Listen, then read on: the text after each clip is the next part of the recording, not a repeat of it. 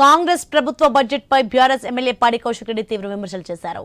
ఇది దిక్కుమొక్కులేని బడ్జెట్ అని ఆరోపించారు. ఇక్కడ 6 గ్యారెంటీల హామీ ఊసేలేదన్నారు. ప్రభుత్వం దిగజారి గ్రామీణ రోడ్లను కూడా అమ్ముకునే పరిస్థితి వచ్చిందంటున్న కౌశిక్ రెడ్డితో ఐన్యూస్ ప్రతినిధి ఏవై స్వామి ఫేస్ టు ఫేస్.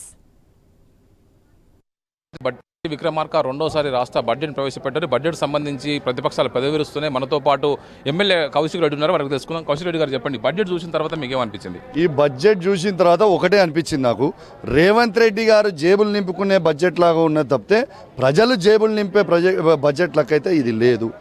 ఇప్పుడు మీరు అన్న ప్రైవేటీకరణ అనేది ఇలా ఎవరి కోసం ప్రైవేటీకరణ చేస్తున్నారు, దేనికోసం చేస్తున్నారు? 101% ఇలా క్లియర్ ఎజెండా కనబడతా ఉంది. రేవంత్ రెడ్డి గారి జేబులు నింపుకోనికే కనబడతా ఉంది తప్పితే ఈ మంత్రులు జేబులు నింపుకొని కనబడతా ఉంది తప్పితే అసలు ప్రైవేటీకరణ ఎందుకు పెట్టిర్రు? టోళ్ళు పెడతారా? ఎవరు జేబులు నింపడానికి పెట్టిర్రు? దేనికోసం పెట్టిర్రు? అసలు ప్రైవేటీకరణ చేయడానికి అధికారం వీళ్ళకి ఇచ్చింది ఎవరు? ప్రజలు ఓట్లేసింది వీళ్ళకి 6 గ్యారెంటీలు ఇవ్వమని, ప్రైవేట్ ఇచ్చి వీళ్ళ జేబులు నింపుకోమని చెప్పి ప్రజలు ఓట్లు వేయలేదు.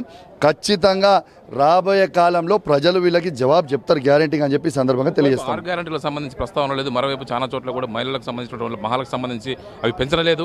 దీనికి సంబంధించి ఒకవైపు పూర్తిస్థాయిగా గ్రామీణ ప్రాంతాల రోడ్లను ప్రైవేటైజ్ చేసే పరిస్థితి తీసుకొచ్చారు. మొత్తానికి బడ్జెట్ వల్ల రాష్ట్రానికి ఉచితమైన మారే అవకాశం ఉందా? అభివృద్ధికి ముందుకు వెళ్ళే అవకాశం ఉందా? మీకు ఒకటే చెప్తా ఉన్నది, ఇది అభివృద్ధి పోయేటట్టు ఎడ కనబడతా ఉంది. ఇది కేవలం రేవంత్ రెడ్డి గారి జేబులు నింపుకోనికే బడ్జెట్ లాగా ఉంది తప్పితే ప్రజల జేబులు నింపనికే కాదు అని చెప్పి చెప్తా ఉన్నాను. ఇలా మహిళలకి 2500 ఇస్తామన్నారు, ఎటువైంది? ఇలా తాతల కవ్వలకి 4000 రూపాయలు ఇస్తామన్నారు, ఎటువైంది? ఇలా వికలాంగులకి 6000 రూపాయలు ఇస్తామన్నారు, ఎక్కడికి పోయింది? ఇవన్నీ ఎటువైనాయి అని చెప్పి అడుగుతా ఉన్నాం. వీళ్ళ 6 గ్యారెంటీలు ఏమైనాయి అని అడుగుతా ఉన్నాం. 6 గ్యారెంటీలు ఊసేయలేదు.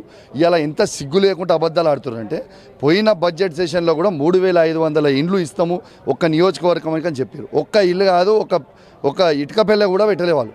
అది పెట్టకుండా మళ్ళీ 3500 ఇండ్లు ఇస్తామని చెప్పి కూడా ఈ బడ్జెట్లో పెట్టిరు. పూర్తి అబద్ధము. వాళ్ళకి నిర్సిగ్గుగా నిర్లజ్జగా సిగ్గు లేకుండా అబద్ధాలు ఆడుతూ ఉన్నారు. ఉదాహరణ చెప్తా ఉన్నాను, రైతు రుణమాఫీ కింద స్వయంగా వీళ్ళే బ్యాంకర్స్తో మీటింగ్ పెట్టుకున్నప్పుడు 49,000 కోట్లు ఉండే, తర్వాత 49,000 కోట్లు ఎగిరేసి 40,000 కోట్లు అన్నాడు రేవంత్ రెడ్డి. తర్వాత పోయిన బడ్జెట్ పెట్టే కంటే ముందు 31,000 కోట్లు అన్నాడు. బడ్జెట్లో 26,000 కోట్లు పెట్టిండు. ఇవాళ మేము 20,000 కోట్లే రుణమాఫీ చేసినాం అంటుండు. ఎంత చేసినాము రుణమాఫీ అనేది కూడా వాళ్ళకే తెలియదు రైతులకి. ఓపెన్ సవాల్ విసిరినాం.